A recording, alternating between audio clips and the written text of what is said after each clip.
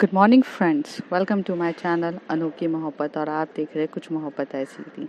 Last scene में हमारा ये होता है कि अनन्या को पता चलता है कि आलिया और जॉश वापस आ गए और इस बात पे वो कहीं ना कहीं बहुत एक्साइटेड रहती है क्योंकि एक हफ्ते के बाद उसे हमारी आलिया को देखने का मौका मिलता है। और इस एक हफ्ते में इन लोगों का जो दूरियां हैं वो फिज़िकली तो होती है, लेकिन मतलब फिज़िकली दूरियां तो हो जाती है, लेकिन जो दिल की दूरियां थी वो कहीं ना कहीं बहुत हद तक ख़त्म होने लगती है। क्योंकि हमारी जो अनन्या है वो अब किसी भी हालत में ना आलिया को दिल से पसंद करने लगती है, क्योंकि पहले उसे वो बहुत खड़ूस सी लगती थी, पहले उसे एरोगेंट खड़ूस, पर धीरे धीरे जब उसने उसको जानना स्टार्ट किया तो उसे पता चला कि वो बहुत स्वीट है, क्यूट है, केयरिंग नेचर है, बस स्ट्रिक्ट है लेकिन बहुत सपोर्टिव है। यहाँ पर हर चीज़ ऐसी चल रही रहती है। और जब हमारी रिया तैयार हो जाती है, क्योंकि अनन्या बोलती है कि आप तैयार हो जाओ क्योंकि सब लोग आ ही रहे हैं, तो हम सब कहीं बाहर घूमने चलेंगे। तो वो कहती है कि हाँ, मैं तैयार हो जाती, बट मुझे थोड़े से काम है और मुझे नव्या के साथ थोड़े बाहर जाना है। आप आलिया के साथ चले जाओ, जॉश के साथ चले जाओ। तो वो कहती है कि हाँ ठीक है। और यहाँ पर ये बात चली जाती है जब आलिया आलिया नव्या और जॉश मित्तल हाउस में आते हैं। तो नव्या आलिया के पास जाती है और बोलती है कि आपने मुझे बुलाया था। तो कहती है कि हाँ, मुझे बाहर जाना है, ये मेरी फ्रेंड है, मुझे इसके से मिलने जाना है, तो आप मेरे साथ चलोगे तो ज़्यादा बेटर है, क्योंकि लास्ट टाइम मैंने आपकी बात नहीं मानी थी तो और अकेले चली गई थी तो इशू हो जाता है। तो उसमें नव्या हंसती है, बोलती है ठीक है मैं चलती हूँ, मैं रेडी हो जाती हूँ। तो उसे उसकी फ्रेंड के पास जाना रहता है, वो वहाँ से चली जाती है। यहाँ पर जो आलिया रहती है वो बहुत अच्छे से ग्रीट करती है सबको, क्योंकि इतने टाइम के बाद दादा दादी से मिलती है, हर एक चीज़ ग्रीट करती है और बोलती है कि आप कैसे हो वगैरह। बट वो अनन्या को अवॉइड करती है, इग्नोर करती है और अनन्या के साथ हेलो करके चली जाती है। बट यहाँ पे अनन्या बहुत ज़्यादा एक्साइटेड रहती है ये जानने के लिए कि अरे मुझसे बात क्यों नहीं कर रही है, मुझे क्यों इग्नोर कर रही है। जॉश भी बहुत अच्छे से बोलता है और अनन्या की तरफ देख के बोलता है क्या हो गया, कुछ टेंशन है, कुछ चाहिए तो बता देना, आई विल हेल्प इट। सब कुछ वैसा ही चल रहा रहता है जैसा इनका रहता है। बट यहाँ पर कहीं ना कहीं मिस्टर मल्होत्रा, जिनकी रातों की नींद गई रहती है, वो ये डिसाइड करते कि अब कुछ ना कुछ तो मुझे करना ही है।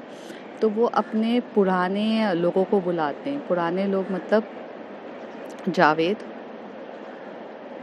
जावेद, रघु, मुंशी और मोहसिन।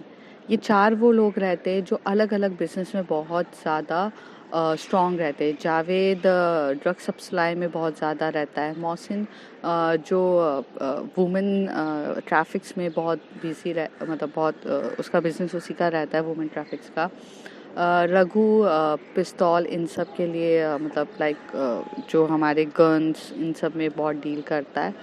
और जो हमारा मुंशिक रहता है वो तो गुंडा ही रहता है, क्योंकि उसके पास इतने सारे आम मतलब गुंडे रहते हैं कि जो भी पॉलिटिकल सपोर्ट के लिए गुंडों की बहुत ज़्यादा ज़रूरत पड़ती है। तो अगर कुछ भी प्रॉब्लम होता है तो वो सबको बुलाता है और बोलता है कि आओ मीटिंग करते। तो वो जब सबको बुलाता है तो सब लोग बोलते हैं कि आज 3 साल के बाद हमारी याद कैसे आ गई। तो कहते तुम लोग तो एहसान फरामोश हो ना, 3 साल पहले मैंने तुम्हारी हर एक चीज़ के लिए मदद करी है, तो आज जब मुझे तुम्हारी मदद की ज़रूरत है तो तुम्हें तो आना ही था ना। ये सब कह के मिस्टर मल्होत्रा बहुत गुस्से में ऐसे उसको बोल रहे रहते। तो वो बोलता है चिल मिस्टर मल्होत्रा, काम क्या है ये बताओ, एहसान कुछ नहीं किया है, कहीं ना कहीं आप भी इन सब चीज़ों में हमारे साथ इन्वॉल्व थे। अगर आपने उस समय हमें बचाया था तो आपने खुद की गद्दी को भी बचाया है, अपनी वो चेयर से जितना प्यार करते हो ना उन सबको बचाया है। आप आकर हमें ये एहसान मत दिखाइए। तो वो कहता है मैंने यहाँ पे तुम लोगों को बहस के लिए नहीं बुलाया है, मुद्दे की बात ये है कि हम सबको मिलके काम करना पड़ेगा।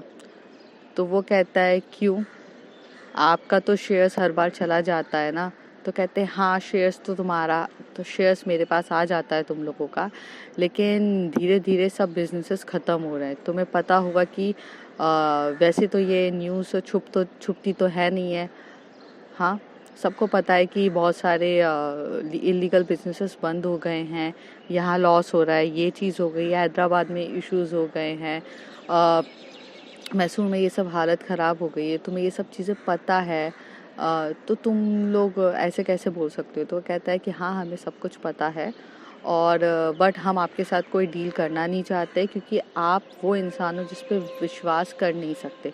तो कहते अच्छा, अब मैं तुम्हारे लिए वो इंसान हो गया जिस पे विश्वास नहीं कर सकते? तुम्हें 3 साल पहले मैंने ही तुम्हें इन सब चीज़ों से बचाया था, ये सब चीज़ें मत भूलो, और आज अगर मैं नहीं बचाता ना तो तुम जिंदा नहीं रहते मेरे सामने ये सब बातें करने के लिए। यही सब करके जो मल्होत्रा बहुत गुस्से में हो रहा रहता है, तो उसका पीए कहता है आप थोड़ा शांति से काम लेंगे? तो वो कहता है कि ठीक है, काम क्या है? तो कहते हैं पहला काम है कि बिजनेस को एक्सटेंड करो, जितना हो सकता है करो।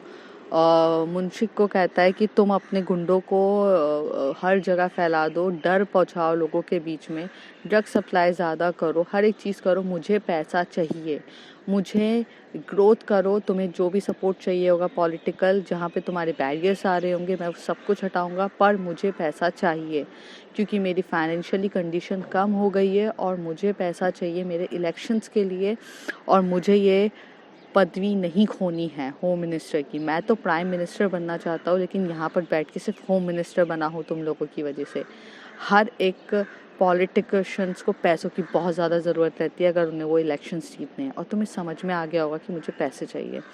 तो अपना जैसे बिजनेस एक्सटेंड करना है, कैसे करना है, क्या करना है, अनलिमिटेड तरीके से करना है, करो, मुझे कोई फ़र्क नहीं पड़ता, बट मुझे मेरे पैसे और शेयर्स चाहिए।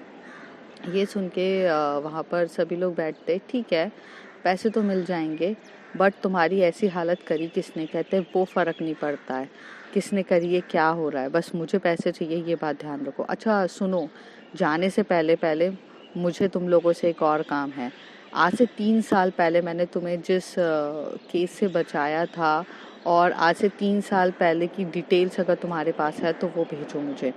तो कहती कैसी डिटेल्स? कहते तुम्हारे ऊपर सारे इलीगल केसेस से तुम्हारी जान बचाई है मैंने, कौन तुम्हारे पीछे पड़ा था, क्योंकि मैं उसे जानता नहीं हूँ, मैंने कभी उससे मिला नहीं, बस मैंने सिर्फ तुम्हारे कहने पे एक कॉल पे ये सब चीज़ें निपटाई थी। तो कहती है कि उसके तो सारी पेपर्स वगैरह सब आपके पास थे और आपने ही उसको जला दिए। तो कहते हैं हाँ मैंने गलती कर दी जलाकर, मुझे जलाना नहीं चाहिए था, मुझे संभाल के रखना चाहिए था, बट है कोई ऐसा इंसान जो आज से 3 साल पहले मैंने उसकी ज़िंदगी बर्बाद करी थी, तो अब वो मेरी बर्बादी का कारण बनने के लिए आ गया है। कौन है, क्या है, मुझे नहीं पता, मैं जो कह रहा हूँ अभी वो चाहिए, और हाँ ये सब काम के साथ ना मुझे ये भी चीज़ चाहिए, और यहाँ से चले जाओ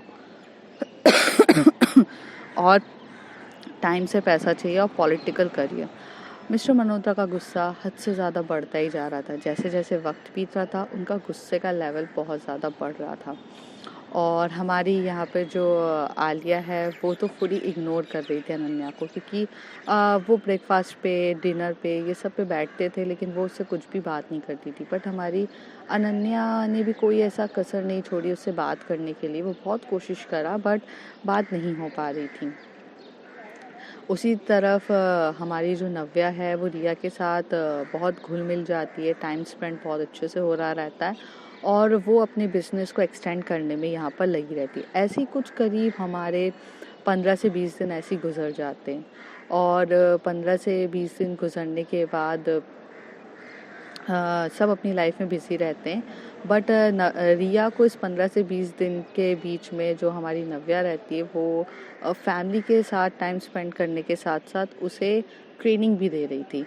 अब आप सोच रहे होंगे कि बिजनेस ट्रेनिंग, नहीं, बिजनेस ट्रेनिंग नहीं दे रही थी वो उसे फिजिकली फिटनेस की ट्रेनिंग दे रही थी, क्योंकि वो नहीं चाहती थी कि कभी अगर नव्या यहाँ रहे या ना रहे, या कभी उसे कभी किसी भी तरीके से अकेले इन सब चीज़ों का माहौल को मैनेज करने का मौका मिला तो वो अपनी सेल्फ प्रोटेक्शन बहुत अच्छे से कर सके। हर चीज़ बाकायदा, लाइफ बहुत स्मूदी चल रही रहती है जब तक कि हमारे मिस्टर मल्होत्रा अपनी टांग नहीं अड़ा रहे रहते हैं। अब वो तो मिस्टर मल्होत्रा हैं, टांग अड़ाए बिना कैसे रहेंगे? होम मिनिस्टर के बाद जैसे जैसे उनके करीब आने लगता है इलेक्शंस का टाइम, पैसों का अरेंजमेंट हो चुका रहता है, लेकिन उस पैसों के अरेंजमेंट के टाइम पे नव्या तक ये सारी खबर पहुंचती है कि जो इलीगल बिजनेसेस हैं, जो जावेद, मुंशिक, मौसिन और हमारा रघु, ये सब जो बिजनेसेस अच्छे से एक्सटेंड कर रहे थे, वो एक लिमिट क्रॉस हो गई है। और पहले भी वो बिज़नेस चलता था बट वो एक लिमिट में कर रहे रहते हैं, बट अभी इलीगल तरीके से लिमिट क्रॉस हो रही रहती है। और जहाँ पर नव्या रहती तो हमारी इंडस्ट्रियलिस्ट एक बिजनेस वूमन रहती है, बट वो हमारी सोसाइटी प्रोटेक्शंस इन सब चीज़ों को भी ध्यान में बहुत रखी रहती है।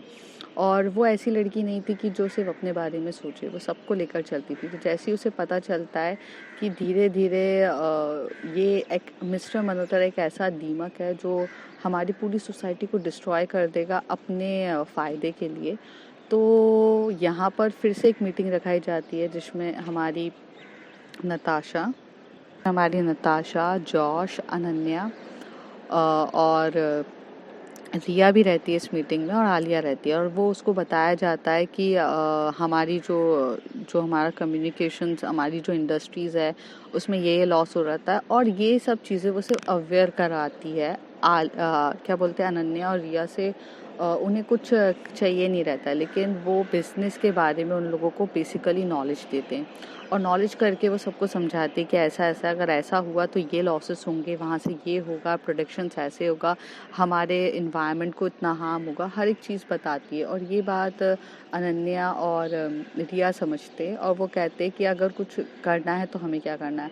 और वो रिया को कहती है कि Riya, now it is time to assist Ananya, क्योंकि अनन्या को तुम्हारी ज़रूरत है। घर पे बैठ के जो चाहिए, तुमने अपना टाइम स्पेंड किया है, लेकिन तुमने भी एमबीए किया है, तो अब तुम्हें किसी ना किसी हाल में अनन्या को असिस्ट करो और बिज़नेस पे इन्वॉल्व हो, क्योंकि बिज़नेस भी हमारे लिए बहुत ज़्यादा ज़रूरी है। और इस बात पे रिया कहीं ना कहीं कई हद तक एग्री हो जाती है, क्योंकि उसने भी अपने लाइफ को इन्जॉय बहुत कर लिया रहता है। तो वो अनन्या को असिस्ट करने के लिए वहाँ से चली जाती है, अनन्या और रिया यहाँ से चले जाते हैं। ये सब चीज़ें तो नॉर्मल हुई रहती है, बट अभी तो मेन इनकी मीटिंग जिस चीज़ के लिए बुलाई जाती है वो इन चारों के बीच में होती है। जब इन चारों के बीच में होती है तो वो बताती है कि इलीगल बिजनेसेस बहुत ज़्यादा बढ़ गए हैं, और हमारा मेन मोटिव, अगर हमारे बिज़नेस को एक्सटेंड करना है तो दूसरों के बिज़नेस को रोकना भी पड़ेगा। और लॉस बहुत ज़्यादा जा रहा है, और हमें किसी भी हालत में कुछ ना कुछ करना पड़ेगा।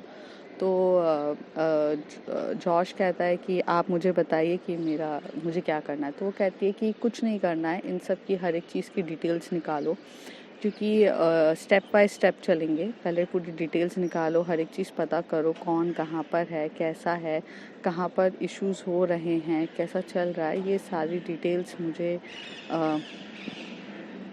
बहुत अच्छे से चाहिए। और जब पूरा हो जाएगा फिर हम प्लानिंग करेंगे और एग्जीक्यूट करेंगे।